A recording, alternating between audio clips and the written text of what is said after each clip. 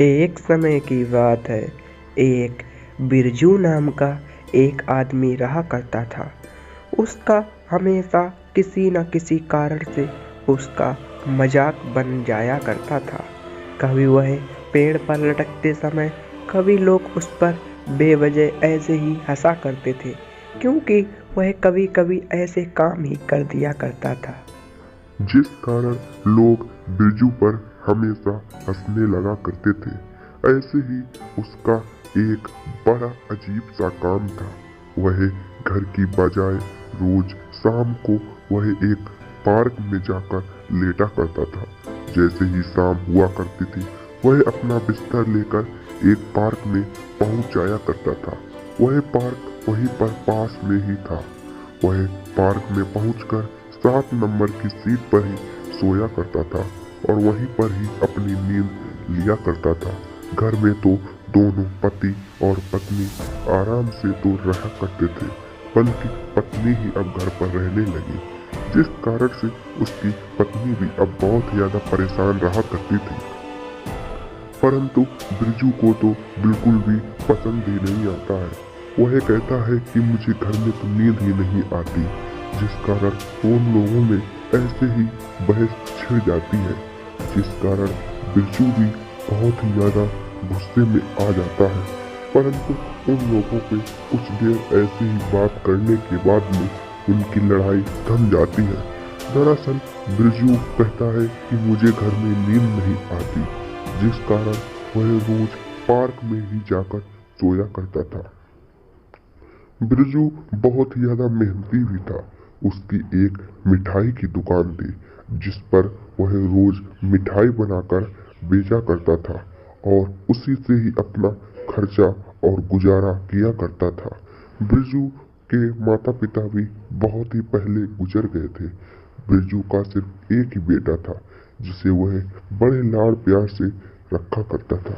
बिरजू रोज शाम को होते ही वह पार्क में पहुंचकर 7 नंबर की सीट पर लेट जाया करता था।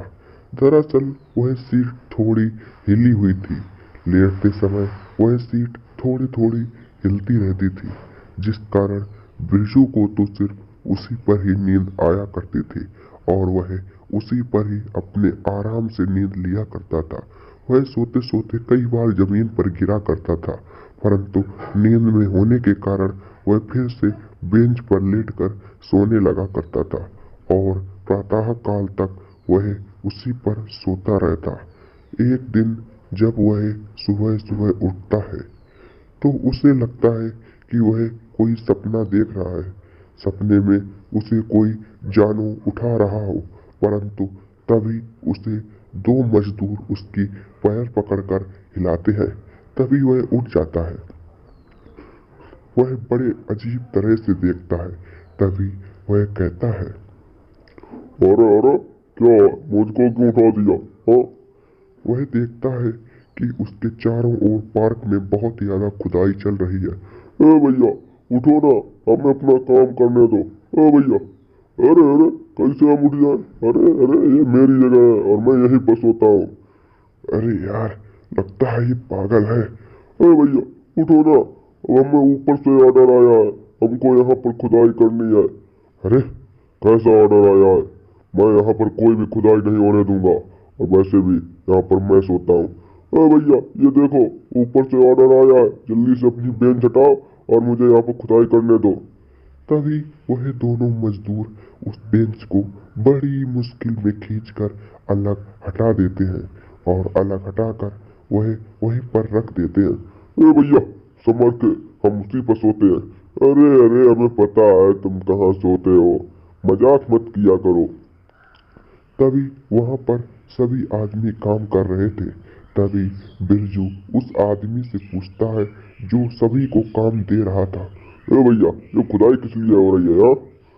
अरे अरे, ऊपर से ऑर्डर आया है। अरे, यहाँ पे क्या कोई पाइपलाइन बिछाओगे? नहीं नहीं। फिर यहाँ पर क्या कोई कुआं खोदोगे? नहीं नहीं। अरे, फिर यहाँ करोगे क्या? अरे यार, तुम अपना काम करो ना, हमें क्यों परेशान कर रहे हो? ऊपर से ऑर्डर आया है कि 4 फुट गहरा पूरी जगह खोदनी है, 4 फुट की, और मुझे वही काम करने दो, और जाओ यार अपना काम करो। बिरजू तमतमाते हुए वहां से चला तो जाता है, परंतु अब भी यह वही सोच रहा था कि पार्क में खुदाई हो क्यों रही है। वह नींद न आने के कारण फिर से वह पार्क में जाता है। पार्क में तो सब उबड़ा खुबड़ा हुआ डला था। वह बड़ी मुश्किल में अपनी बेंच को उसी जगह पर लगाता है, परंतु उसकी खुदाई होने के कारण वह बेंच बहुत ज़्यादा हिल रही थी। वह बेंच सही से नहीं लग पा रही थी, जिस कारण बिरजू बहुत ज़्यादा परेशान हो जाता है।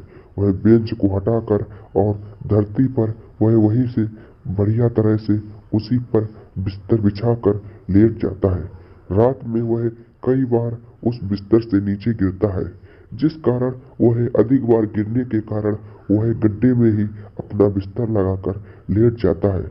और शाम को बहुत ज़्यादा ठंडी ठंडी हवाएं चलने लगती हैं, जिस कारण बिरजू को और भी बढ़िया नींद आती है।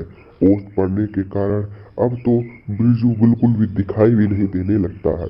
तभी प्रातः काल होता है और फिर से कल की तरह मजदूर आ जाते हैं, और अब की बार तो दो इंजीनियर भी आए हुए थे। बेचारा लेबर तो अपना काम करने लगते हैं।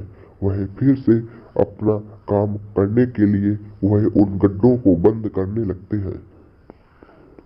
तभी वहां पर इंजीनियर आ जाते हैं।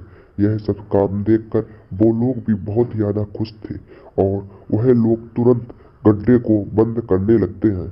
वहीं दूसरी ओर बिरजू अभी भी आराम से सो रहा था। तभी वहां पर एक लेबर मट्टी को डालने लगता है, और तभी उस मट्टी डालने के कारण बिरजू की आंखें खुल जाती हैं, और वह एकदम अंगड़ाई लेते हुए बिरजू बाहर निकलता है, जिस कारण सभी लोग डर जाते हैं। और तभी वह मजदूर भी बहुत ज्यादा डर जाता है। "हाँ, हाँ, भैया भूत, भूत, भैया भूत आएगा, भूत, भूत है भैया, भूत है, भूत है, हम तो जा रहे हैं, भूत है, भूत है, भूत है।" तभी वह आदमी इतनी जोर से चिल्लाकर फावड़े को फेंक देता है और वहां से भाग जाता है। तभी वहां पर ठेकेदार और दोनों इंजीनियर देखते हैं और उस आदमी से बात करते हैं, क्या अब बिरजू के हालात सही है? ऐसी ही कहानी देखने के लिए सब्सक्राइब कर